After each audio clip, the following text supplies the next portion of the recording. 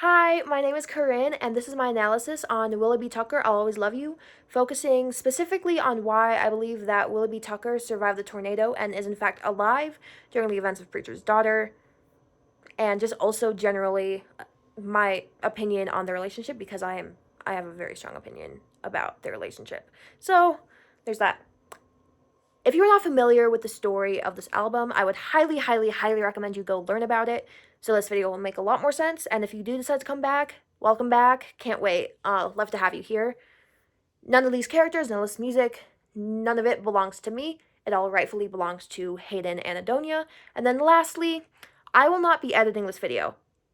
I will not be cutting it. I will not be splitting it. I will not be trimming it together. None of that.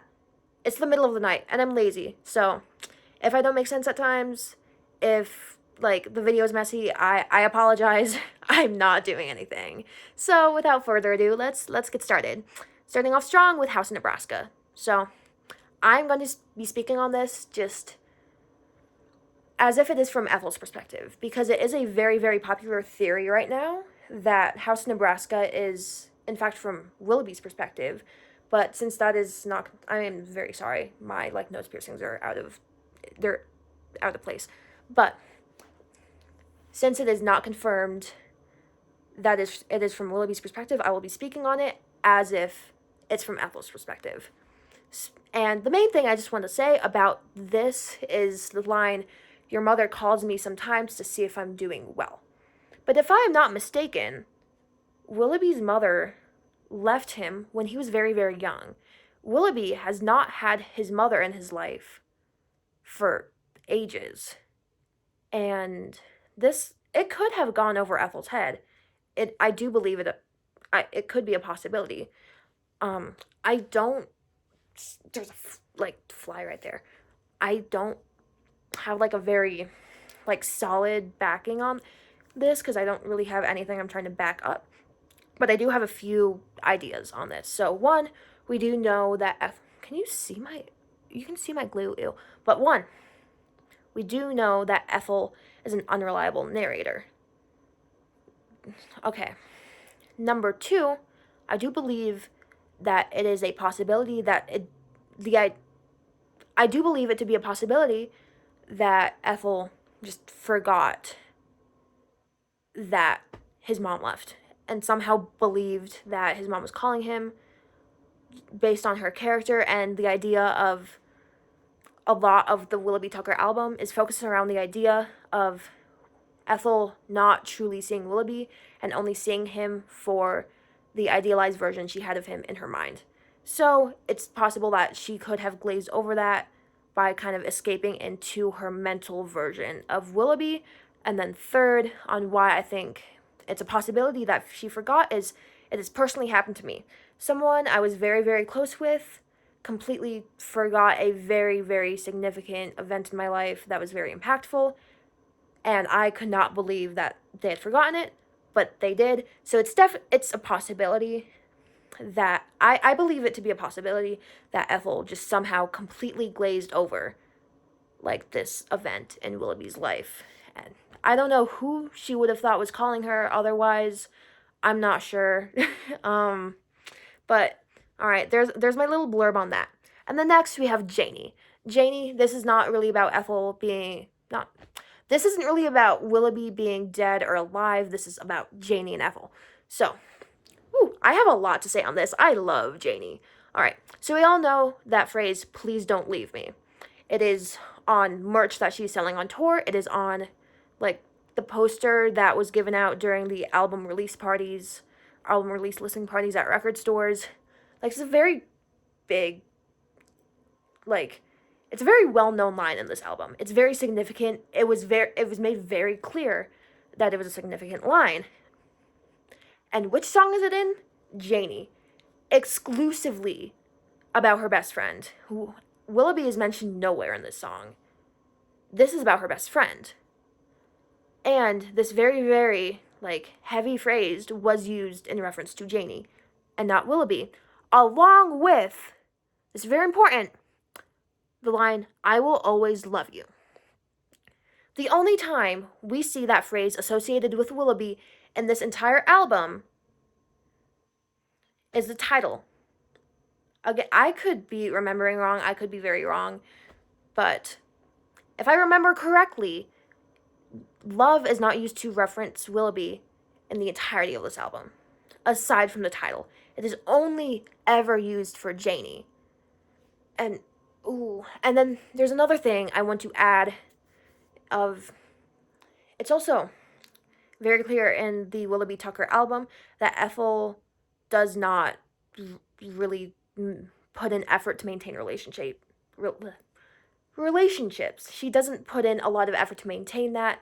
She believes saying words and hoping that they're taken at face value is good enough. We will see that in Dust Bowl. We will see that in Waco. But the exception is with Janie, where she does take initiative. She goes to Janie's boyfriend and is basically pleading him, like, please let me continue to have this relationship with my best friend. She was my sister first. I love her so much. Please let me continue this relationship with her. Please. Like, she is begging. She's begging Janie's boyfriend, like, this is my best friend. Please do not take me away from her. Or not, please do not take her away from me. Like, this is the one time that she's putting in this initiative. And it is for Janie. It is not for Willoughby. And, like, this entire song is so devastating to me. Genuinely. I can't even put into words how insane the song is to me. But, like, Janie, her best friend was her one true love. It wasn't Willoughby. It wasn't Willoughby. I believe that Willoughby with Ethel, it was limerence. It was not love.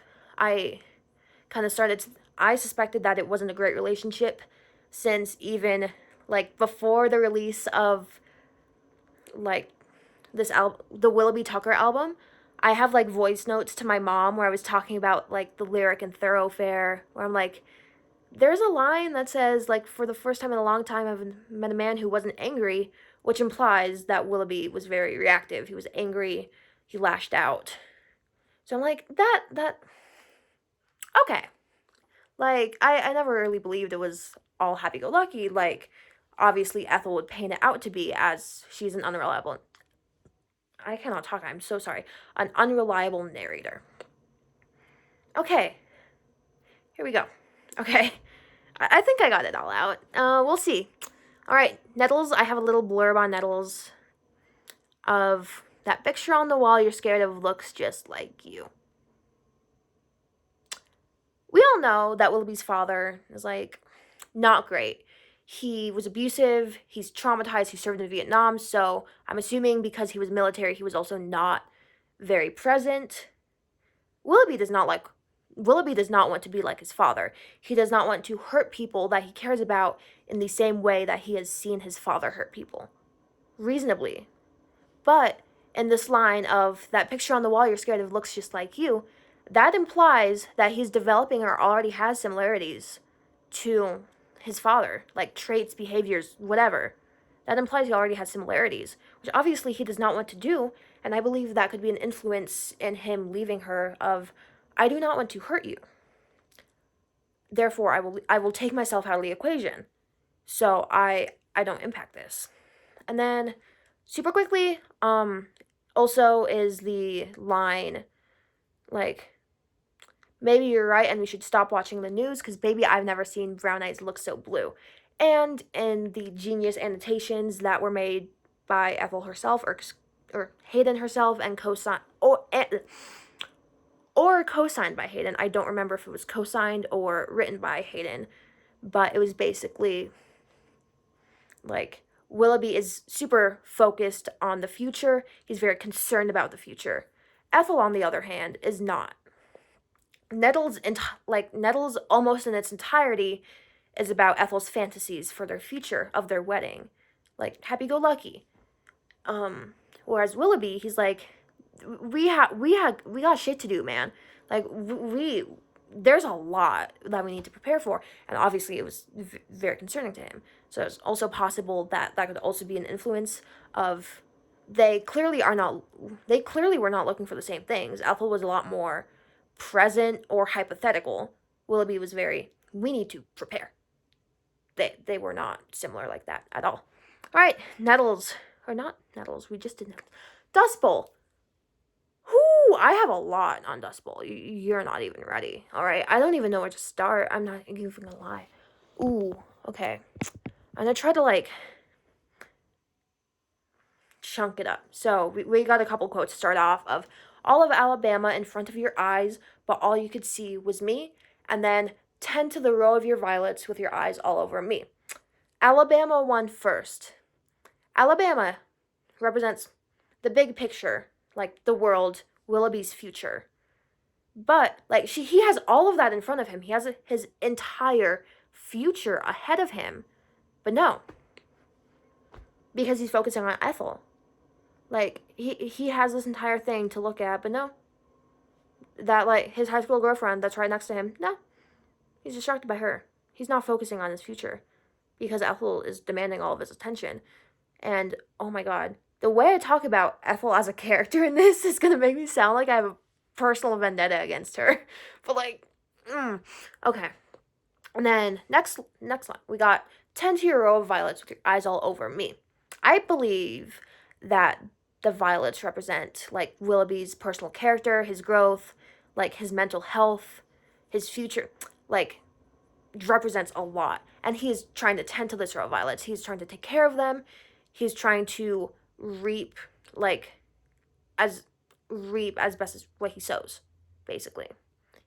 Like he's trying to develop himself, but his ability to focus on himself and take care of himself, or in like the song's words, tend to his row of violets, his ability to do that is hindered because so much of his time and attention and his effort goes to Ethel. He is not able to properly take care of himself because he's focused on Ethel. And then also, put a pin in the flower thing, because we will circle back to that. Put a pin in the flowers. Okay. And then there's also the line, consumed by death. I will circle back to that when I start talking about a knock at the door, because I kind of related that song and that line. And then next, we got a line, which there's a parallel in Waco as well, of when you said you loved me, I never wondered if you're sure. Ethel is taking this at face value.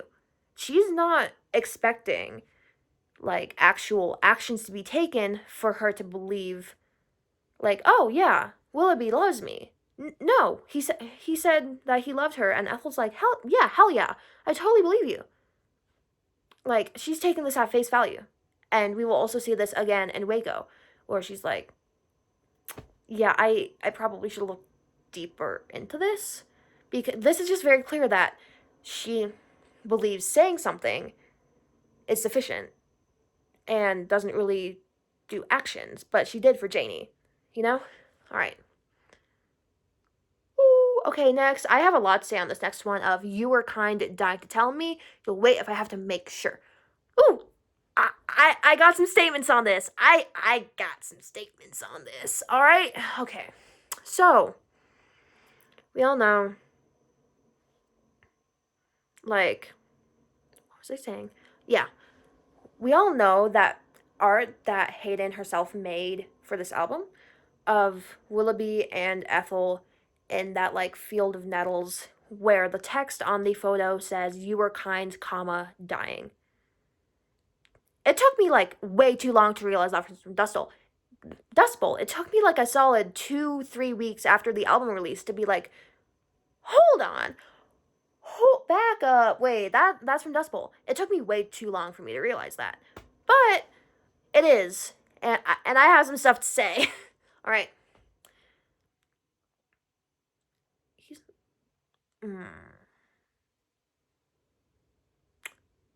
Okay. Let's split it up. All right. You were kind of dying. We got that. And then there's to tell me you'll wait if I have to make sure. He is being like, hey, Ethel, I will wait for you. I'll wait for you. Take your time. I want you to feel comfortable. I want you to feel comfortable with me. I want you to feel confident in this relationship. He'll wait. And he's willing to wait. But the thing is, that takes a massive toll on anyone's mental health.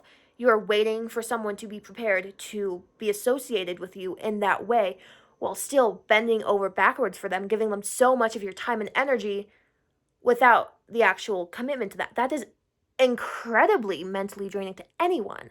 So it could be, I think it could be, because there are multiple options. This is all up to interpretation of like his mental health was dying with how long he was waiting or how much like effort that Ethel took.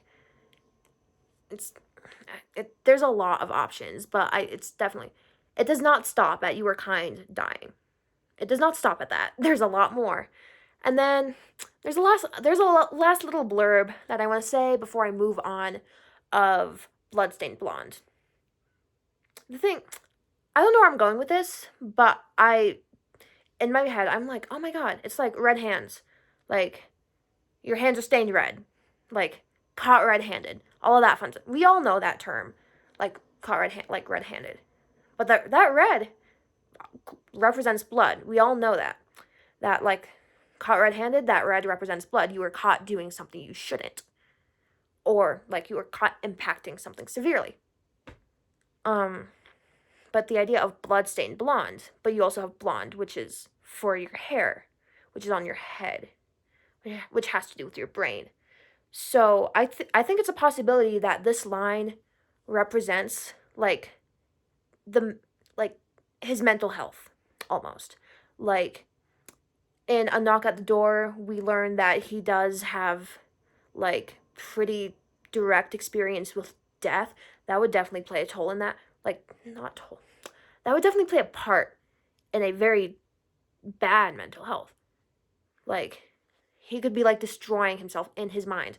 And that's what she means by bloodstained blonde is he was doing something he shouldn't have, but not necessarily physically.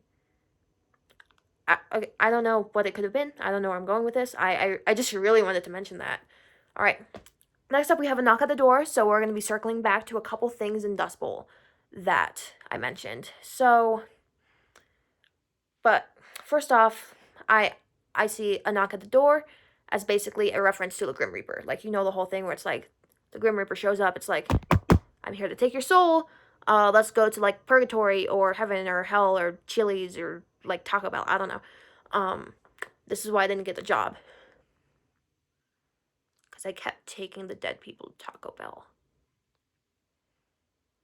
All right. But basically, there's also the line like no one should ever see their friend they've known since they were just a kid choke up or foam up and bite it up. I can't talk. No one should ever see their friend they've known since they were just a kid foam up and bite it on the floor. Willoughby has experience with death. Willoughby's very like aware of this. Like his father was in the military. Um, like apparently when his friends died, he's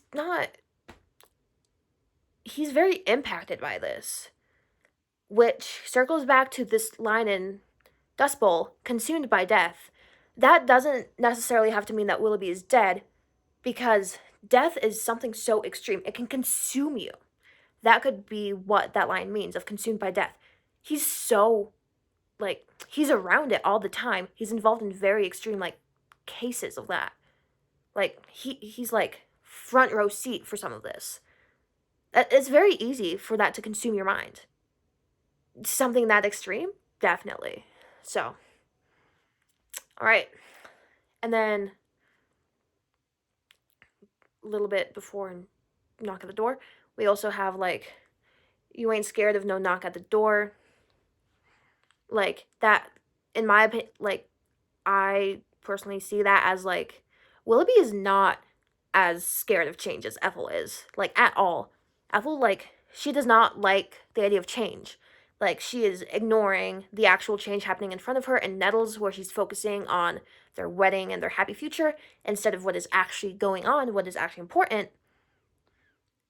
But, like, Willoughby is not necessarily scared of the idea of death or things changing, and I'm kind of using death or things changing kind of interchangeably because, like, you know, the tarot cards where you got the card death and everyone's like, "Oh no, it means I'm gonna die." But if you really look at like one of a tarot card directory, it's like change. So I it could, and also the knock at the door could mean the Grim Reaper, or it could be like people delivering news, you know? Like, I don't know. I don't know what I'm trying to say with this. But, like, okay. Sit weird again. Oof, my legs hurt. But it's like, yeah, like, this kind of relates to nettles too, which I think I already mentioned. Where am I? Lock in. We got this. I believe in myself. But yeah, like, Willoughby, he's not scared of, like, a knock at the door. You're not scared of no knock at the door. But with, in Ethel's case, there's everything I've loved straight to death, so I'm still scared of that knock at the door. So it's like, I'm scared to love people because that will drive them away. That will either kill them. This could be like relating to like her lineage's curse of anytime I love something, it's doomed. Either like to end badly for them or for me. One or the other. Which now that I'm talking about it, I need to say this before I forget it. Of maybe she was trying to regain control over that curse by ditching Willoughby in that tornado because she's like, he's screwed anyways. Like, I'm going to try to make it as least painful as possible for him by, like, getting away from him. I don't know. But, like, it could be a possibility. I don't know if I make sense. So, all right. And then, all right. Radio towers. I know it's an instrumental, but, like, I have a very brief thing to say about this. Of, people are like, oh, yeah, like, the beeps in radio towers are hospital beeps. That's a pretty, like, mutual consensus. It's definitely possible, but if we go to the, okay, recenter the beeps in radio towers. People are like, oh, they're hospital beeps, which is very possible, but they're always like, yeah, the hospital beeps mean he's dead because he's dying in the hospital. But if we go back to House, Nebraska, if we go all the way back to there, what's the first line? Labored breasts and bed sores. Someone's not healthy. And it's probably Willoughby that's the one that drew the short straw. Like, it's very possible that he's just chronically ill and he's in the hospital for that. And also, just on the other, I don't know how radio towers work, so do not quote me on this, but the beeps in radio towers could also just be radio signals, which could also kind of represent a lost signal, a lost connection, which could represent her, like, her breakup with Willoughby. And then Tempest. Oh, Tempest is my, like, literally my favorite. It's so good. As a Ptolemia and August Underground enthusiast, Tempest, oh, that's my shit, dude. That's my jam. All right. Ooh. This is, like, the main reason why I do believe that Willoughby left instead of die, because the sheer animosity in Tempest is so distinct. It's so clear. It's, like, offended me when I listen to it. It's like, god damn. Like, he is literally using Ethel's own history and her own fears against her. So, yeah, he knows her fears and he's using them against her. But, like, Ethel couldn't even do that for Willoughby because she doesn't have a full grasp on what he's actually scared of. She can't use that against him. But Willoughby knows her. Willoughby knows how to, like, hit hard, and he's doing that. He's doing that in Tempest. He's using Ethel's fear of her family lineage against her. Do you swing from your neck with hope someone cares? Who? Hello?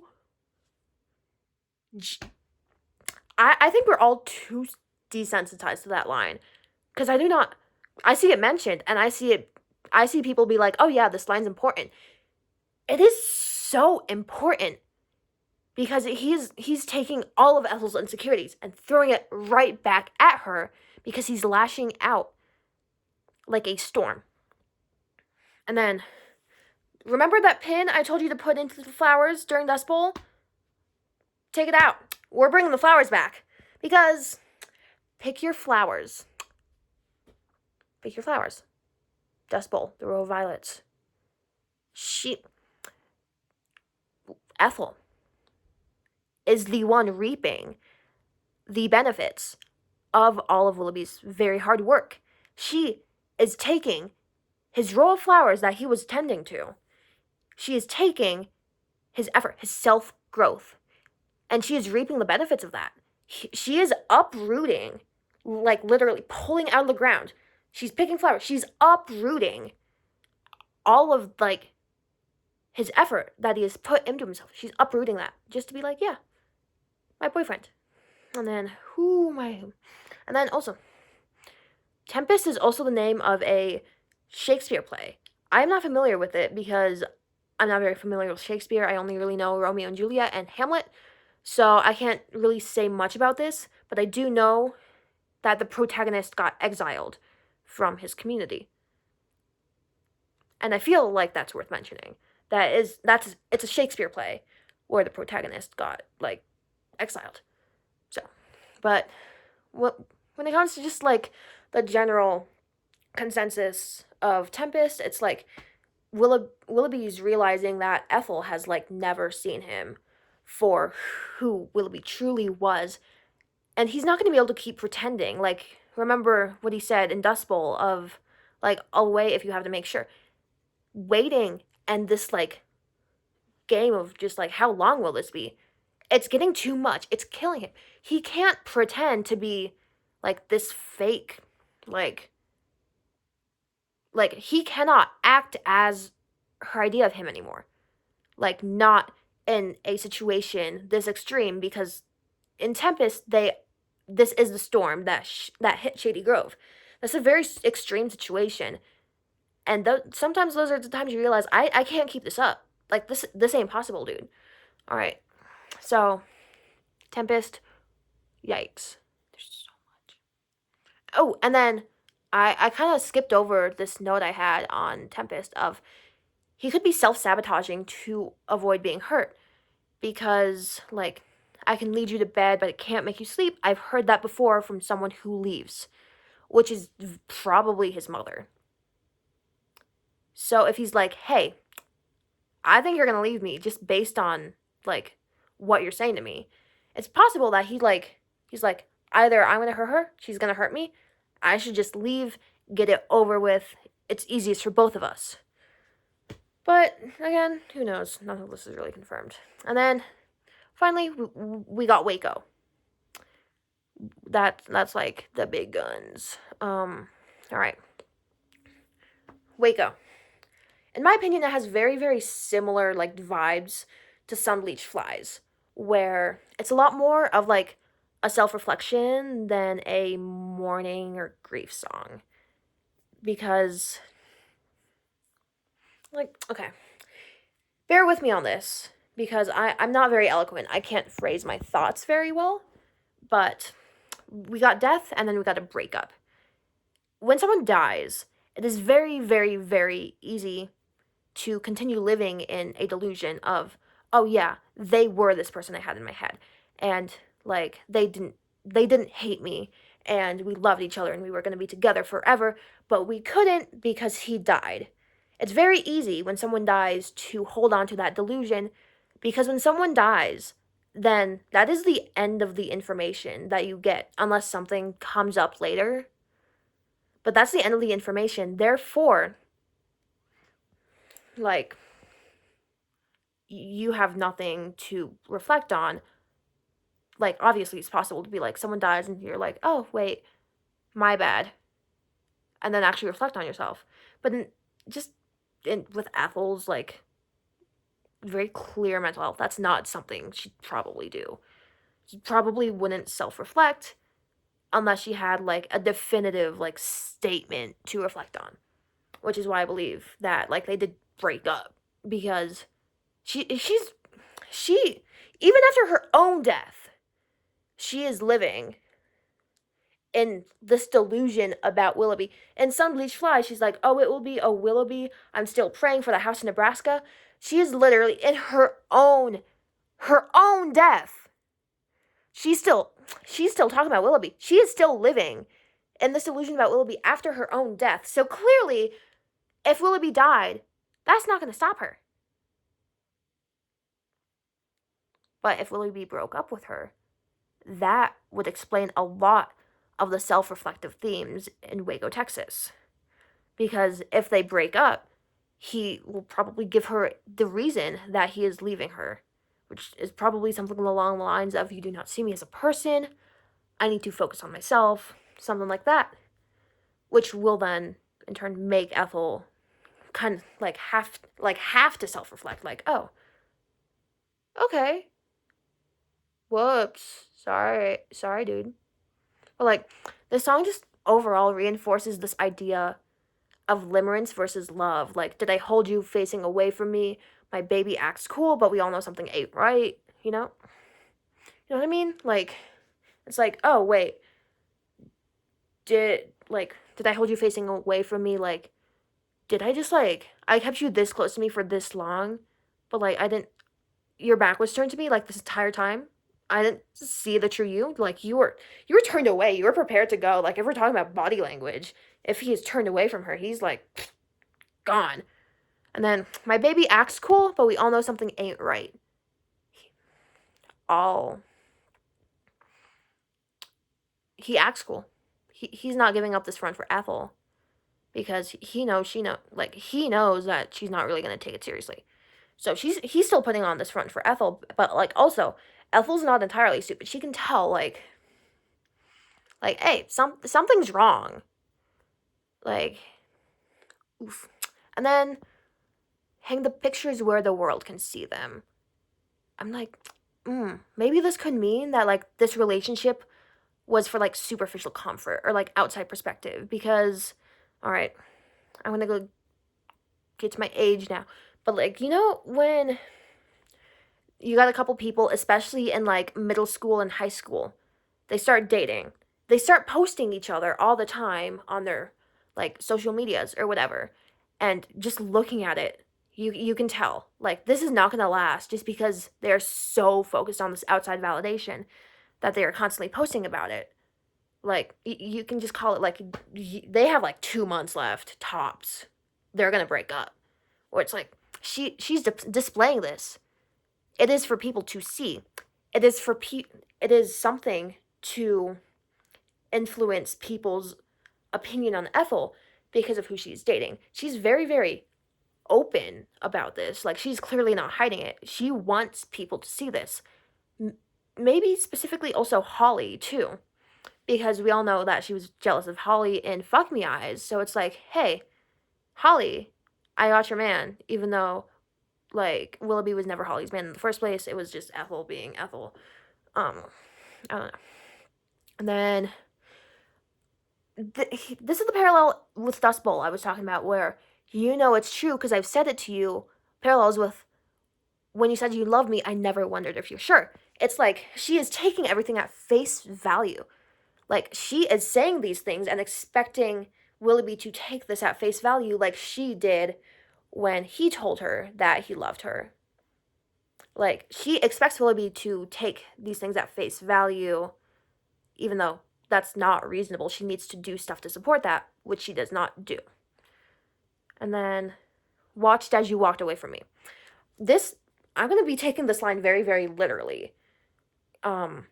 Because if it's sat and watched as you walked away from me, it's it's detailed. She's sitting down and she's watching him walk away.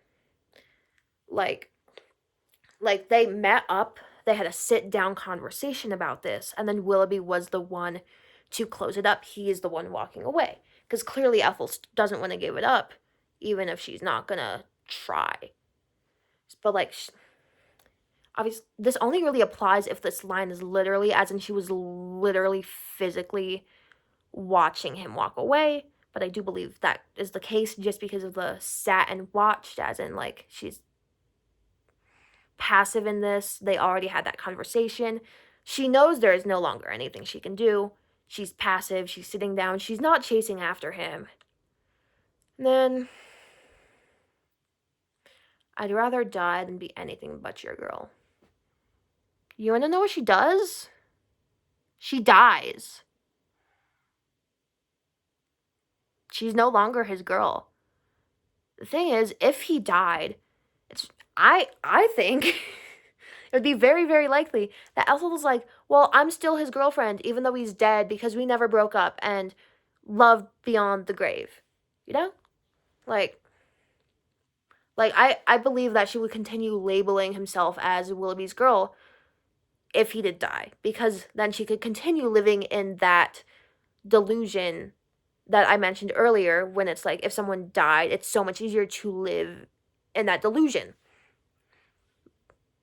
But no, she's not his girl anymore, and then she ends up dead at the end of Preacher's Daughter at the hands of another man who was not Willoughby, that she was kind of, but she was thinking about Willoughby like the entire time. She's still praying for Willoughby after her death. It's wild.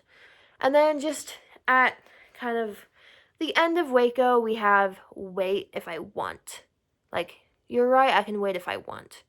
That's either a tangible or intangible return.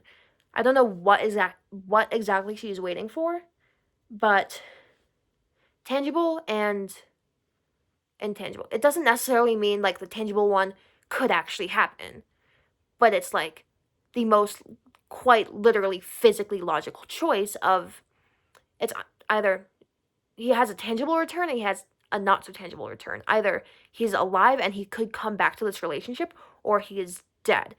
And waiting for Willoughby would involve Ethel dying to reunite with him in the afterlife. But just because it's tangible doesn't necessarily mean it's going to happen. Because if Willoughby is alive, it's technically a tangible possibility that he's like, wait, I want to be with Ethel again, and he goes back, he reunites with her.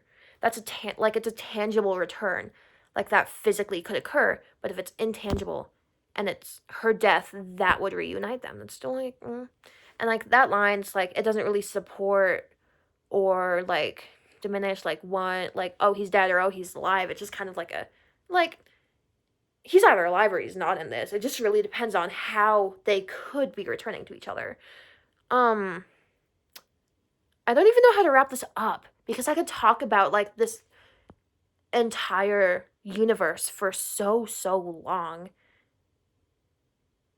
It's like, it means so much. I love Hayden so much. I love Ethel so much. Like, her work is incredible. I'm obsessed with it. And I don't even know, but like, okay, I guess I'm wrapping this up. Like, thank you for watching. Comment your favorite track, either off this album or just of hers in general. Me personally, off of this album, it would be Tempest, but in general, it would either be Ptolemy or Thoroughfare. And yeah, I will either make another one of these or I will never see you guys again. Who knows? But like, yeah, comment your favorite song, and you know, I don't bite, dude. Well, I, all right, we're trying this again, because again, I'm not cutting this. You're watching me struggle. All right, but yeah, if you enjoyed this, I really hope you enjoyed this, and let me know your opinions on this. Let me know your opinions on the album. Let me know your favorite track off the album, or just like of Ethel's music in general. For me, off of this album, it would be Tempest, and in general, it would either be Ptolemy or Thoroughfare. But like, all right, goodbye. I hope you liked it. Let me know your opinions, and also, these are all my opinions. I don't know. Don't get mad at me, please. I don't want to get into fights online. It scares me. I got doxxed on Omegle once, and now I'm scared of pissing people off. So yeah, this is my opinion. Let me know yours. I like to talk about this. Please, let me know your opinions. All right, bye bye.